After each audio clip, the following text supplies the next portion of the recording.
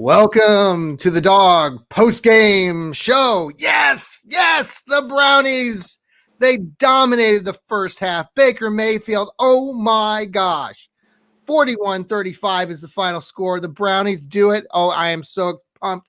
And guess who we have joining the show? Hello, Alec. Favorite child of the family. That is true. Favorite child. Don't tell anybody. Oh, yeah. They all know it. Welcome, Alec. Thanks for joining the program this evening. And we've had about an hour to sort of kind of take everything in. My heart rate is coming down. I don't have that knot in my stomach, even when the Browns were up. Yes, 38-7 in the first half. Us Browns fans, we've been through this too many times. And of course, the Browns made it a little interesting. We'll talk about all of that as we go through the show. But the Browns, for all those folks out there, all you haters, all you Baker Mayfield haters, just be quiet. We're tired of you, and you can keep whining and complaining. But Baker Mayfield proved a lot. He didn't need to, and I get tired even today. I mean, after the game, some folks are saying, well, Baker really knew what, he knew this was a big game, and he proved that he could be the franchise quarterback. But he's managing these games. He played a hell of a first half. What do you think, Al? Oh yeah, he played fantastic. Yeah, and a lot of the incompletions that he threw today weren't even his fault. They were just drops from the receivers. Well, even in the first half, like the first series, Baker could have had 5 touchdowns. By the way, he had 4 touchdowns in the first half, which tied Otto Graham, the great Cleveland Brown quarterback from 1951, of having the most touchdowns in a first half.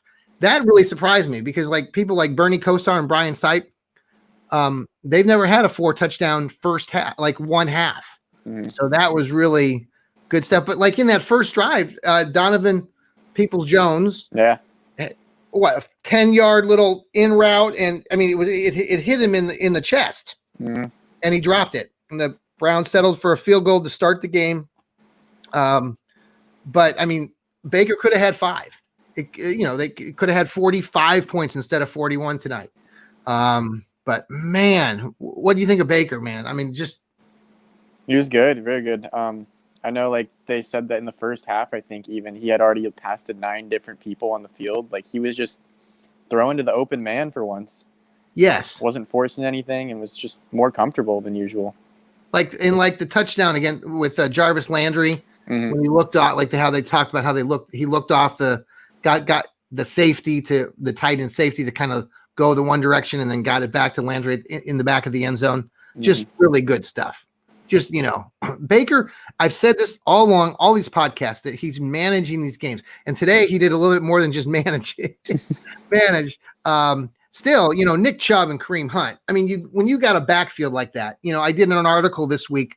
I don't know if you had a chance to read it, Al, but it was fire and ice.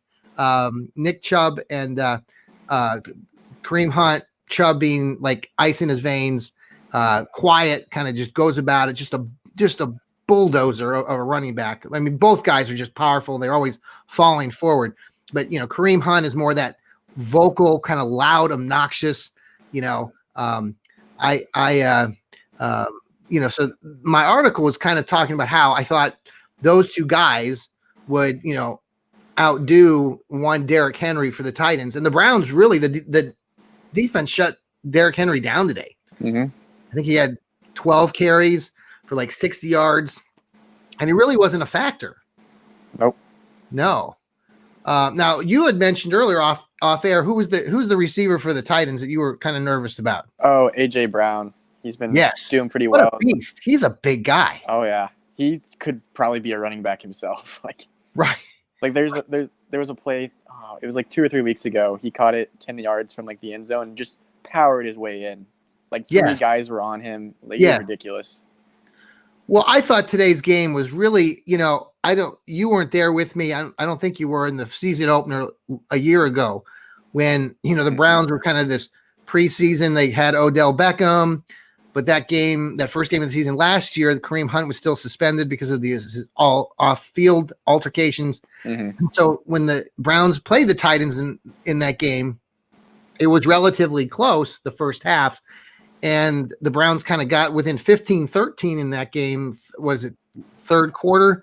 And that's when Marcus Mariota used to be the quarterback for the Titans last year, and he just little screen pass to Derrick Henry, who zipped down 75 yards for the score, and then Baker just fell apart in that game when it went from 15-13, then they scored in 22, and then Baker threw two interceptions in the next two possessions.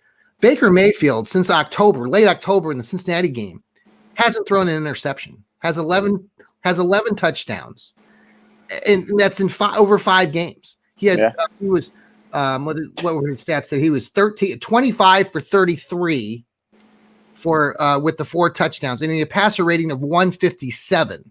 Mm-hmm. Well, I swear, Baker throws the ball harder than any other quarterback in the league. How about the one when he threw to Jarvis Landry and Yeah, that's what I'm saying. Like, they're piss missiles for no reason, but like even if people want to intercept it, you have to hold on to it. Like, right. Well, speaking of Jarvis Landry, kind of left off where he did from last week. He had 8 catches for 62 yards in this game. Donovan Peoples. Now, in that game in the first half, Tennessee had gone back down, scored quickly. If you remember that, it was like the Browns got up. I don't know what the score. Browns scored so many points in the first half, but Tennessee kind of cut the lead, and then the next drive was when Baker went right back and he threw that 75-yard strike to Peoples in stride for the touchdown. Mm-hmm. Of course, then he got the late touchdown to Higgins in the first half, and then they got Nick Chubb that nice run right at the end of the first half that put him up 38-7. Now, there have been some people who talk about how the Browns kind of got more conservative in that second half, and I don't know about you, but man, that second half was just like, Tennessee scored like twice in that first 5 minutes of the third quarter. They put up 28 points in total second half? Yeah. Well, us Browns fans, in my head, I'm going, okay, we're up 38-7. We scored 38, so they could score 38. But we got Nick Chubb and Kareem Hunt. So based on that, we'll be all right. We can run a few first downs. Chubb's late run in the fourth quarter, but midway through the fourth quarter, 6-7 minutes to go, when he busted it out to the left for about 30-yard gain. Mm-hmm. That was really really an important. The other piece there in the third quarter, when Tennessee had scored a couple. And then we got that big. Well, it was before the end of the third quarter, but Baker hit that big first down to Austin Hooper. Remember how they were and they needed that first down? I think I missed that. Yeah, they got the first down, and that kind of let the defense rest a little bit longer. And then Tennessee got the ball back toward the end of the third quarter, drove all the way down, and then M.J. Stewart, who's kind of a relatively new kid for the defense, got the interception.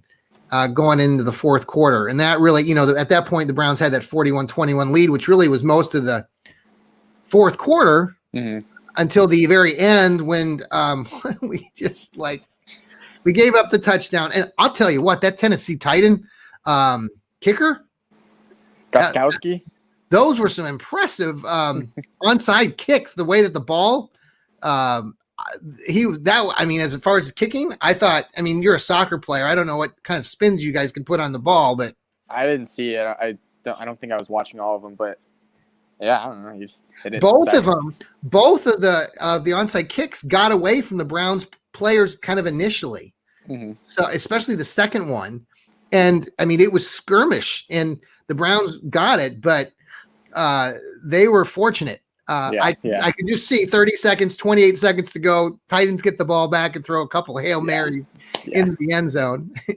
And considering how all the other games were going, I was not doubting the Browns could lose too.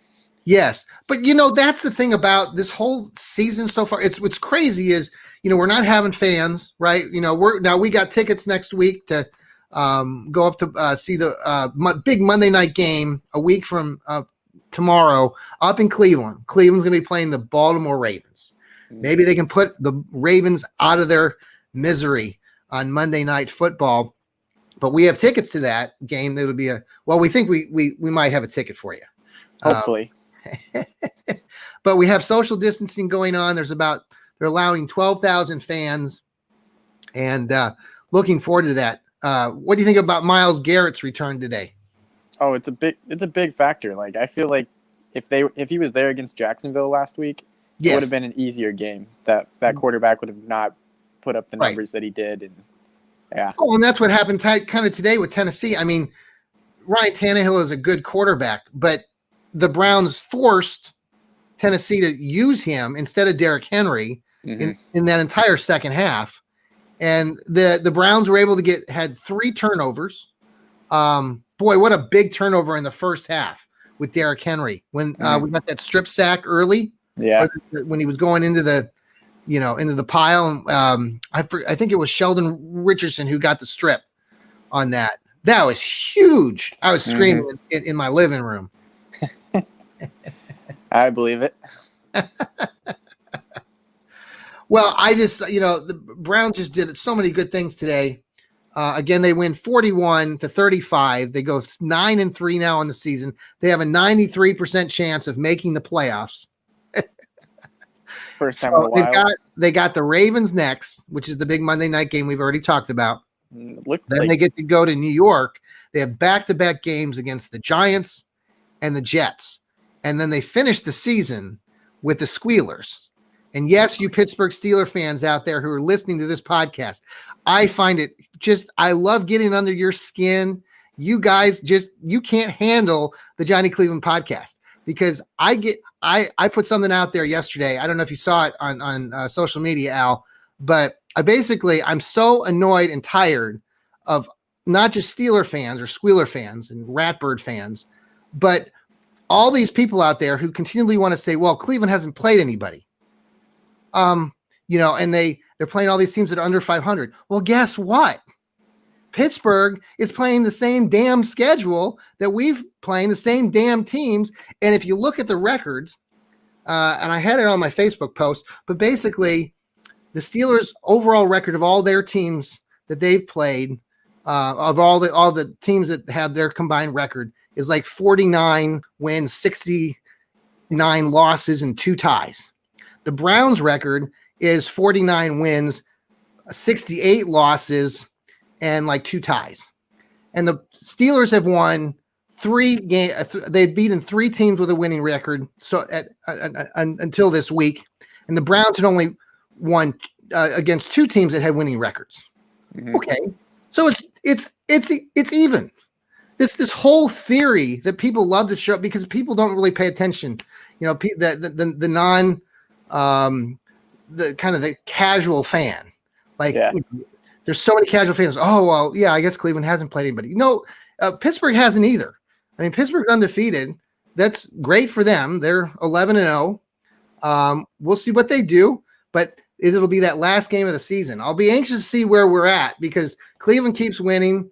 Pittsburgh keeps winning. Will there be something at stake? Let's say Pittsburgh is 15-0 when they go undefeated. Wasn't it? Who was it that was undefeated a few years ago? Wasn't it New England? They went into the Super Bowl and didn't they lose? I'm trying to recall how I think they lost to somebody in the chat. If you're watching us on social media, YouTube or on Facebook, comment, let us know. I can't remember. I think it was New England. They went undefeated the whole season, then they lost, I think, in the Super Bowl. I'm trying to remember what year that was. It wasn't too far ago. I've got no clue. So what do you think about these Squealer fans? The Squealers fans? I hope that they go 15-0 and the Browns ruin their 16-0 perfect season. That would be game of the season. Do you remember that game we went to when you were like in 5th grade or 6th grade? Yeah, of course. And every other fan was giving us the bird and flipping you off. And It was a great introduction to the Steelers-Browns rivalry. Oh, that should be. I'm anxious to see how the Browns do next week on Monday Night Football. Monday Night Football, folks. Give props to Baker Mayfield again today. He did something that we haven't seen since 1951. And Otto Graham, by the way, it would have been Otto Graham's 99th birthday today. So isn't that a little interesting? Yeah. Any other observations that you had about the game? What do you think? Not really sure. There's a lot of exciting games going on other than the Browns. I don't know if you're watching any of them. No, tell me a little bit. I was going to pull up some of the scores of the other games. Well, the last 5 minutes for some of them, like the Vikings versus Jacksonville was a complete mess. That went into overtime. Really? Vikings were going to blow it, and they finally finished it off. Their kicker missed 2 field goals that were from 25 yards out, and then he missed a 40-yarder one to win the game. Oh, really? So it was not looking good for the kicker. But so that was for it was the Vikings versus Jacksonville. So did the Vikings have a big lead in that game? No, actually, Jacksonville was kind of leading the majority of the game, I think. Okay. They got up early, 16-7 or something like that. And then the Vikings pulled ahead 24-16, and then they Jacksonville scored a touchdown in the last 2 minutes and with a 2-point conversion. Okay. To send it to overtime. And then Minnesota won it in overtime? Yeah. Yep. Okay. And then the Jets-Raiders game, that one is even. Yeah, how did that end? I heard something stupid happen at the end. The Jets should have won? It was ridiculous. The Jets were winning with a minute left, 28-24. And they're up 28-24 with a minute? Yeah, they were going to win. They should have probably won. And then the Raiders onside kicked it, and they recovered it, I think. Maybe? Wait. I don't know. We'll have to watch. It was a bad game, the replay. But then there was 12 it was one play left, 10 seconds, maybe even less, for a Hail Mary from the 30-yard line of the Raiders. And wow. They tossed it up, and they were in man coverage and blitzed and everything, the Jets did. Yeah. And it was one-on-one versus Henry Ruggs III versus the Ruggs kid that out of Alabama, versus some rookie Lamar Jackson cornerback who's not fast, and there was no safety to help or anything. It was one-on-one. Oh my gosh, it was so open. It was bad. Yeah. So the final score, I was just looking at the scores here. So they basically all the Jets fans are thinking that the coaching staff threw the game so they can tank for Trevor Lawrence in the draft.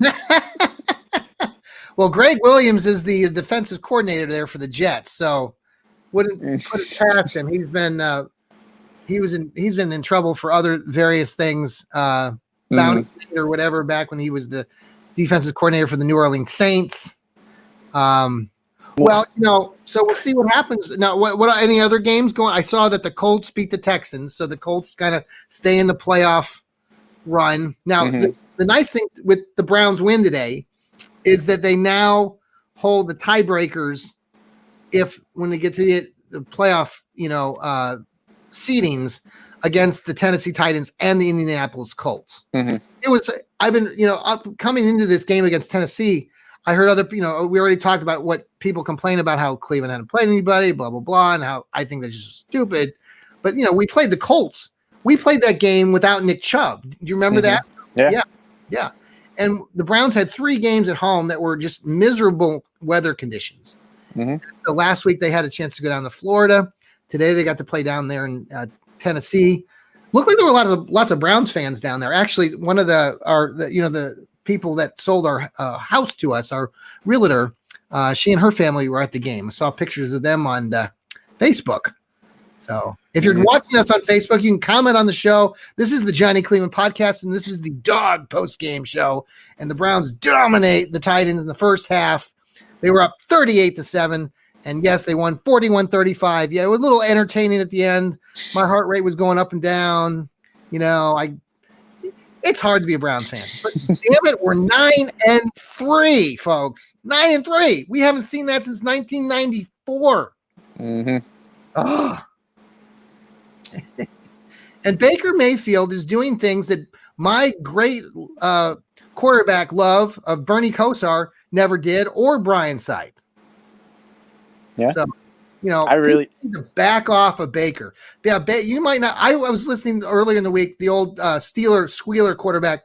Now, I have a lot of respect for Terry Bradshaw, but he was going on about how he doesn't like Baker. He thinks he's a knucklehead. He thinks that he's arrogant and pompous. Nah.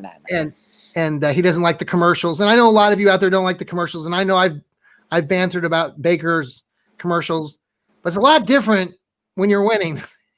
In those commercials, after I watched when he's coming from the stadium. After watching Turkey, Baker's documentary series, like I love the guy. Yeah, tell us a little bit about that. I haven't seen that yet. But it's just like up on his own website or something. It's free to watch. It's on his own website? Yeah, on his like Baker whatever website. I don't know. Just look it up. Okay. But it's like 9 episodes, 10, 15-minute long little pieces. And it just takes you like through his entire like 6 to 12 months leading up to the draft when he was having some controversies and stuff, and like what he was like planning to do as he was going into the draft as like the number 1 pick and stuff like that. And I don't know. Well, you know, coming here to Ohio, coming here to play in Cleveland, you know, one of the things that he was really, a lot of people here in Ohio were pissed off about was that, you know, when he came to play Ohio State and the Buckeyes, he helped plant the OU Oklahoma flag in the middle of the Horseshoe Stadium here in Columbus. He's also pissed off a lot of people when he went, like, he had that game up at Kansas, the Jayhawks. We're familiar with that because we live there.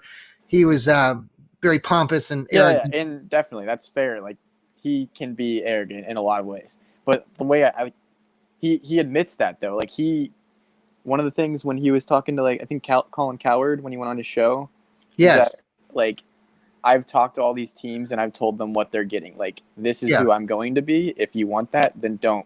Or if you don't want that, then don't draft me. Like, well, Colin Cowherd, he's always commenting about something about Baker. I heard he was this week he was saying like, did you hear him? Yeah. Micah said something about it. Like Baker was going to lose his job this week if he doesn't. Yeah, it's like, the Browns are going to make this decision on the plane ride back, and I'm like, you're just stupid. Like you have no idea. You have no sense. You just like to talk. I mean, we all like to talk. That's why we have our Johnny Cleveland podcast here. But you know, these people don't know anything about anything. They just want ratings. I mean, Kevin Stefanski, the Browns head coach. I love him. He's like so unreactive during the games and seems like he's so strategic. He is a master of, you know, if you read anything about him, and I've talked about this, I've written about it on clevesporttalk.com, by the way. If you want to see any good articles by a lot of great writers, check out CLE sporttalk.com, where you can catch up on a lot of neat stuff about the Brownies, and it's one of the most followed blogs in all of Ohio. So check us out. But I don't know. Stefanski to me is just like all the stuff you read about him. He just understands. He knows how to manage things so well. He's down to the detail. You just don't get that sense. Like that article I wrote a couple weeks ago about how he really is the difference maker. I mean, you had Freddie Kitchens last year for the Brownies saying the same thing, you know, every week. Oh, we go one game at a time, 1-0. And Stefanski's selling that, but the players are buying it this time. And, you know, if you trust someone, you're going to work for that person. We all know people when you're working with people or you know people or your friends, if you know that they don't quite trust you or the people you work for, you're not going to work as hard. So the fact that Stefanski's got these guys at 9-3, I mean that, and he's got Baker Mayfield invested. And that's without Odell, and that was without Chubb for half the season. So good points. I think they're 6-1 with Chubb on the field, or 7-1. Oh yeah, I mean I think they said too that anytime Chubb or Hunt score a touchdown, the Browns are undefeated this year too. I know Kareem. You almost. I don't know what happened on the sideline. I'd like to hear what at one point. I don't know if you saw when Baker went off. They had a timeout, and he was in the first half when he was just throwing darts, and he said something to Stefanski, and Kareem Hunt was standing like right next to Stefanski. I'd like if anybody goes back and watches the replay, but Hunt said something funny, like he was laughing, and he said something to Baker, and I'd like to know what was said. Yeah, I'm really hoping that they had Baker mic'd up for this game because I saw him throwing his fists and pumping up the entire time. Oh yeah, I want to hear what he was talking about. Well, I just really appreciate the fact that you've got a running back like Kareem Hunt, who is all talk, loves to talk smack and be aggressive, and has a lot of energy, and then you counter that with this Nick Chubb character who's just a bulldog. I mean, he just works his ass off. He gets that extra, bounces around, gets that extra 1 or 2 yards, and he just doesn't say much. It's just like he's just solid. He's ice. He's got that ice. Love that kind of. And I found it interesting this week. I was doing some little background on Nick Chubb. He loves superheroes and Batman. He loves Batman, which I hadn't really invested a lot of time in that. But that was when he was coming out of his injury, and at the end of last year, he had some quotes from the old Batman from the Dark Knight Rises or whatever. So. Really, 9-3, man. You've never seen this in your life. Nope. And quite honestly, this kind of whole thing this time, that time frame when the Browns were, going 9-3 or 8-4, they had Bernie Kosar back there in the late 80s and 90s. I mean, the Browns fans at that point were really kind of just like, this is expected. So this was what's happening today, like after this game, is just so unreal, Yeah. It's super exciting for sure. I like the little you got the shawl over your, what color is that? Did we you get that for? It's my blanket from Grandma. That's Grandma. Yeah. Is that Grandma Barb or Grandma Pat? Grandma Pat. Grandma Pat. All right. Christmas like 2 years ago, maybe. Grandma Barb out there. I'm gonna give them a shout out. What wonderful grandparents. For sure. Boy. Well, anything else you want to talk about before I was just looking at other scores. Any other games that you saw? You said you caught a few other ones. The Miami Cincy one. Yeah, the Dolphins won that one. A few people got ejected from that one. Really? What happened in that one? I think Tyler Boyd, the wide receiver for Cincy, and one of the cornerbacks threw punches at each other, and then they both got ejected.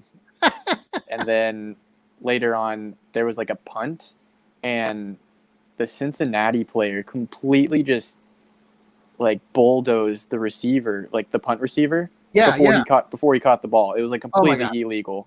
Right. And the guy was on the ground for 5 minutes, he was wind knocked out of him. Oh my gosh. Then both teams were on the field all together. The coaches were trying to pull people off. Oh my goodness. It was kind of chaotic for a minute there. Well, Cincinnati's really dire straight. I mean, they're trying to win some games, but Miami's still kind of in the playoff run. I see the Lions beat the Bears, so that's kind of a big win for them.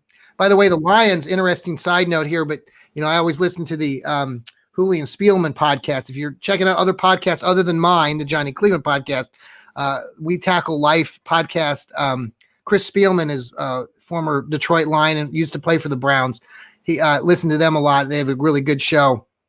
But the Detroit Lions front office, they fired their head coach and their GM, and there's been some discussion about Chris Spielman taking the GM role there in Detroit. And his brother, and I don't know Chris Spielman's brother's name, but he's the general manager of the Minnesota Vikings. And so they would be in the same league, the same divisions. So that would be kind of unique. Their family's from Massillon, Ohio. Speaking of Grandma Pat, shout out again to Grandma Pat and Uncle Rick.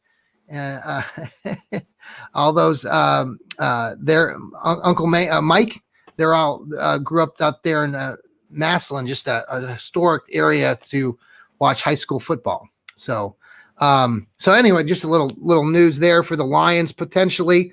The New Orleans Saints held on and beat the Atlanta Falcons this afternoon. Right now, the New England Patriots are up big on the Chargers. The Packers are beating the Eagles. I don't know what's going to happen with Carson Wentz. He's not been great. No, he's, but I wrote that article about how, the Browns could have taken Carson Wentz the year before they took Baker, and they passed on him. So the Seahawks are beating the Giants right now in a baseball score 5-0. What?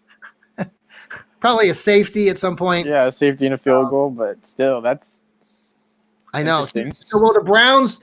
Let's finish with this. So, do you think the Browns will win again on Monday night in front of a national audience and put the Ratbirds from Baltimore out of their misery? The team that stole our heart and took our fellow Browns back in '95.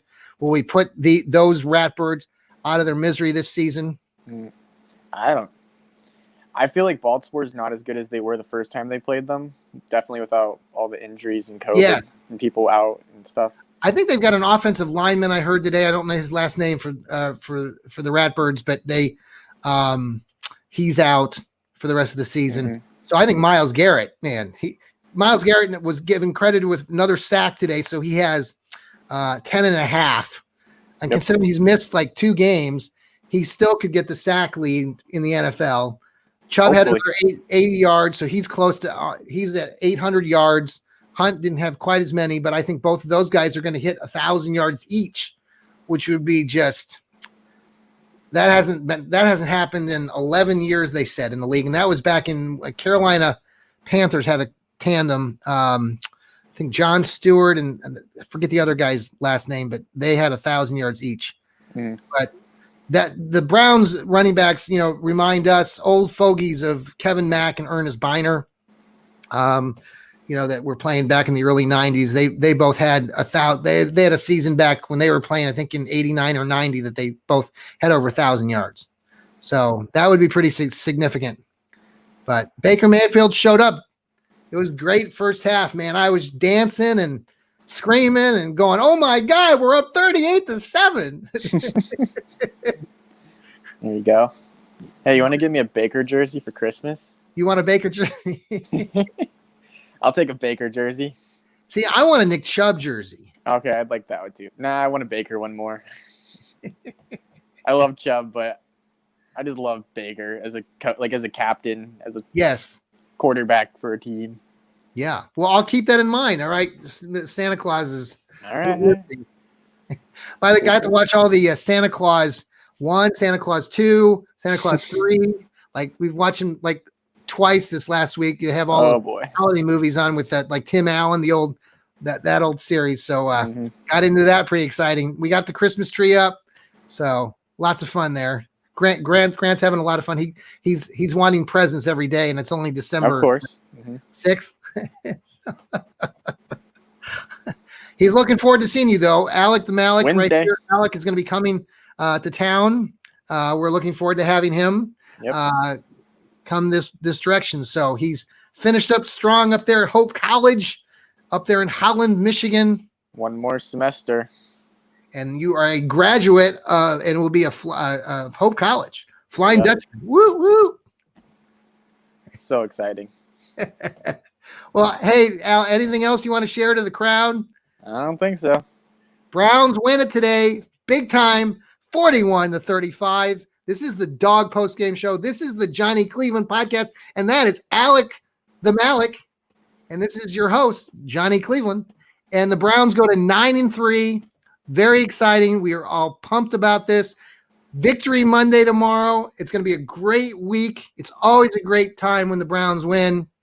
And can't wait till we get to see the Browns versus the Baltimore Ratbirds next Monday night back at First Energy Stadium in Cleveland. Should be a great contest. I looked at the weather forecast. It looked like it's going to be a little snowy, little rain possibility, about 35, a little bit of wind. Be just great weather. Look forward to having you come along there, buddy. Of course. A man of many words there, folks. Thanks, Alec, for sharing today. That was a lot of fun. Thanks for having me. Well, thank you. Thank you for joining us on the Johnny Cleveland podcast. And until the next time, remember to keep smiling. Take care, everybody.